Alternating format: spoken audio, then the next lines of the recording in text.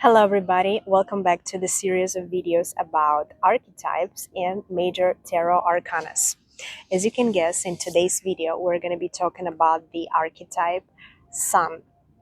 I took us all the way to the beach and I took it at the specific moment of the sunset because sunsets are associated with pure joy, with beauty, with that nice and calm, relaxed feeling of the ending of the day, where people feel the most joyous and happy. I mean, a lot of people are very happy when they wake up in the morning because the day is about to start and they're all excited about it, especially if it's weekend. But nevertheless, energy of sun alone, it's very, very happy type of energy. It's very happy type of mindset that everybody who has sun archetype, or everybody who knows how to channel this type of archetype, everybody is connected to this particular emotion, the emotion of joy, the emotion of pure happiness. People who know how to channel that, they are extremely optimistic and they're very strong, because in any situation that's challenging, in any situation that can be upsetting, people tend to come out as a winner. They tend to come out with a mindset that no matter what's going on, everything is going to work out. I don't know how exactly it's all going to work out. I'm just sure of it. And there is no point to be stressing out over something that you have no control over. It's also a very childish energy. Childish in a way that children are very, very positive and they're very innocent, and they believe that there is always the best outcome for any situation. When they play the games, they always create the scenarios where the main characters of the game, they get in all kinds of trouble, but they're also there to get each other out of the trouble and enjoy together the best results of the exciting game that's called life. In order for us to understand better the meaning of archetype sun, we are going to have to dive deep into studying the glyphs on the archetype sun. We're using the classic deck, the Rider-Waite, which is ABC for any tarot school. We see the sun itself. The sun itself has a face and a facial expression, which tells us a lot that this energy is conscious. It's not just pure happiness without knowing why and where, what for, why am I happy for. It's like being there fully present in the moment of experiencing that kind of joyous emotion. We see the child itself, and the child is riding the horse. The child represents the innocence, represents the beginning and the positive attitude and outlook in life. The child is joyous because he's about to embark on a journey, he's about to embark on some kind of adventure, and he believes that the audacity he has about this adventure is there. The audacity is that horse that takes them further and further and further. The sunflowers on the background, they're on the wall. The sunflowers are oftentimes representing the social attributes of happiness that society wants make us believe that we need to have in order to be happy. But real happiness comes from within. Real happiness is a state of mind. It's that state of mind where your joy is not depending on the presence or absence of the objects in your life, like brand clothing or some luxury cars or some other attributes that show status, success, and, as a matter of fact, translate from the language of the society as a satisfactory, happy state of mind you should be in if you have in your disposition XYZ type of possessions, right?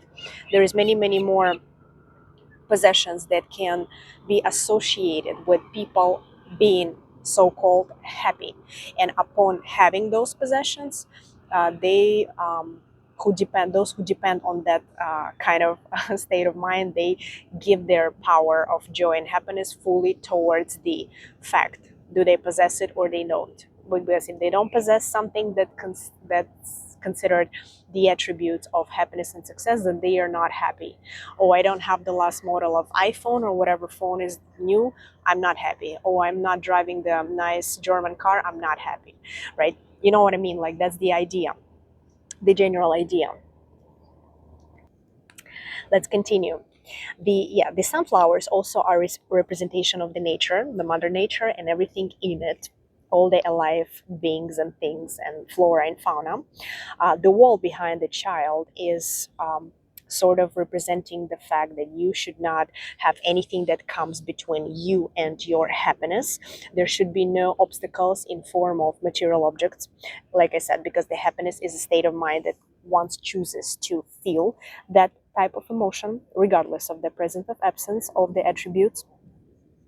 We have the red cloth, like red cloth. It's like, looks like a flag, right?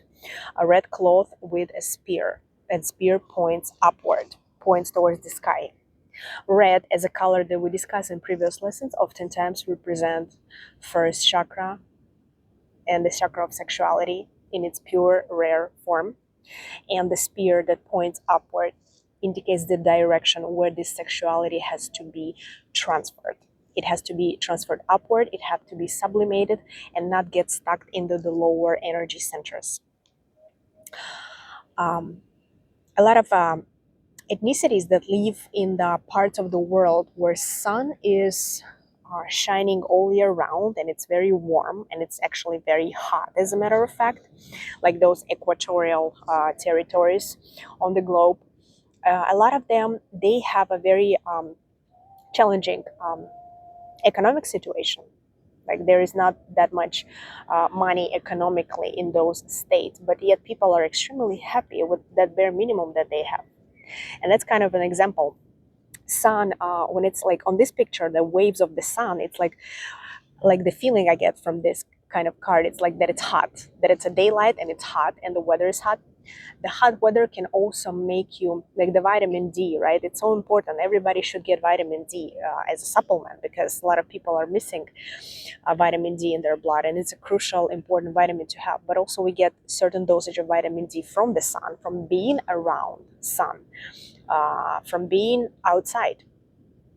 And those countries that have more sun exposure, people are proved to be in a better mood because they have a better hormonal system. They have more hormones of happiness in them.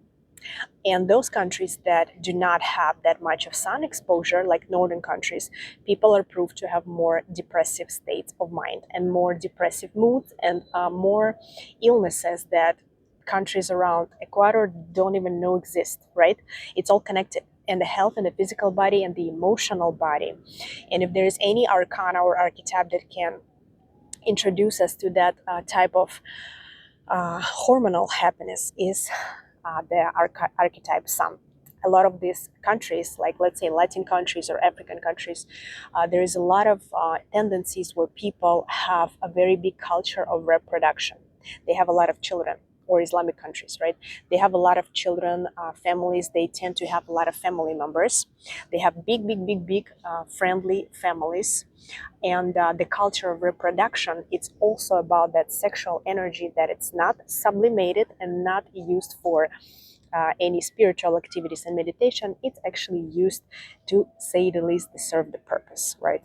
So people with any kind of understanding of spiritual laws and any understanding of meditation, they would understand what I'm talking about. The energy has to be sublimated, or it has to be used wisely. And archetype sun is that state of mind where the person is happy just because, not because of XYZ, not because I have this or that, or I don't have this or that. I'm just happy, that's it.